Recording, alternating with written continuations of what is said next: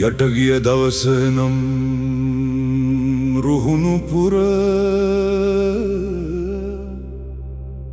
8000 රටමාගම් පත්තුව සිය රාජධානිය කරගෙන දහමට අනුව රාජ්‍යය විචාලා වූ කාවන්තිස්ස මහ රජු දවස රුහුණුරට අම්බලන්තොට රිදියගම කරඹලෙන වැඩවිසූ චිත්තගුත්ත මහරහතන් වහන්සේ සිරිලක අනාගත සුවභාවය දිවසින් බලා බුද්ධ දේශනාව පසක් කරගෙන සිරි සම්බුදු වසින් වසර 2500 පුන් කල හෙළපිනට ඓතිහාසික රුහුණුරටින් ලකට පහළ වෙන ජගත් නායක යන අරුත් දෙන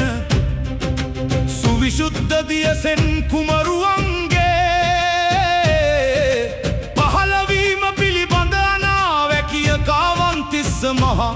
රජුට දන්වා වදහලසේක එදා උන්වහන්සේ දිවසින් දුටු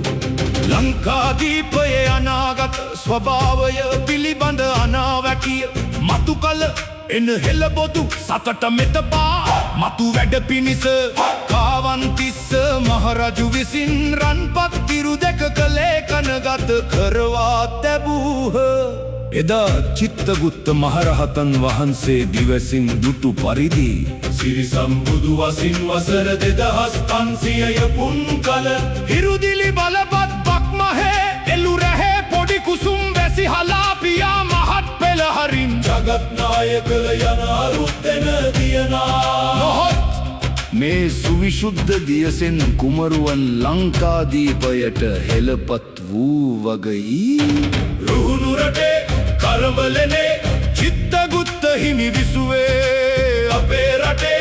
අනාගතේ දැක දිවසින් මෙය දෙසුවේ යන කල 2500 සිහලුන් පරගැති වන්නේ එකලට හෙළ රුපු දමිලන් රට බෙදනට සැරසෙන්නේ නිදහස් කරගන්නට රට බෙදනා සටනින් අවසන් උදහස් නැති රජකු වෙනව පහළව දියසෙන් විලසින්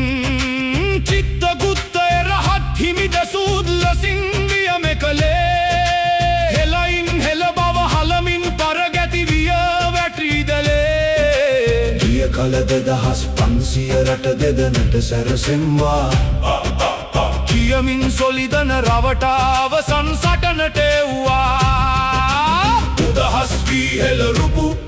දන වෙලක දෙකඩ කරණු රිසින්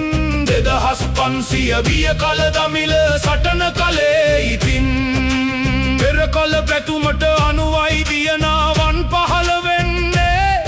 අවසන් සටනට වරදීලක් මවයින් මුදාගන්නේ රුහුණේ ජනිත වූ දියසෙන් හෙළබුදු මද විවර කලා බහනේ අසිරිය ලබමින් දියසෙන් බලබදල කලා කියග මදිය එනු කොහි සිට දද සමනොල ගොසින් මෙදා කියකාමතු එදිග මමුණු සමන සුරිදු විසින් එදා ගිය කල 2500 රජකු ඇදැයි කියමින්නේ අමුතු කතාවක් බමුණුට සමන සුරිදු පවසන්නේ වසර 30ක මෙරට පැවති සටන නිමා කරමින්නේ දහම් වෙසක් ලෙස නගනටක් දියසෙන් හඩ පතුරන්නේ පිනු දේශය බබුලුවන්ට දහම් දෙසක් ලෙස නගන්ට එක්වනු දියසෙන් කුමරුට සහයමෙන්ට බෙට සදන්ට පෙර රජවරු රට කෙරුවේ දහමට අනුවයි මෙලොවේ දහමට අනුගත වීමෙන් රට කෙරුමට බල ඇතිවේ මහසෙන් මෙවිදුන් රුහුණේ බලසෙන් රැස්කරවන්නේ දියසෙන් කුමරුට වඩිමට මග සදන හෙළදෙරනේ මහරජු සිරි පෙරකුම්බා දියසෙන් අගරජු වන්නේ